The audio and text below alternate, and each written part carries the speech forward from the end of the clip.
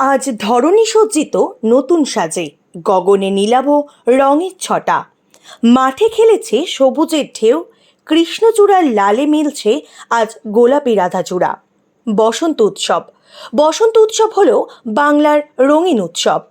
এই উৎসবে রং খেলায় আনন্দ উল্লাসে মেতে ওঠে সকলে। তেমনি ঠিক শহর বহরমপুরের লেখনী কেজি স্কুলের কচিকাচাদের নিয়ে শুরু হয় র্যালির মাধ্যমে বসন্তের আহ্বান।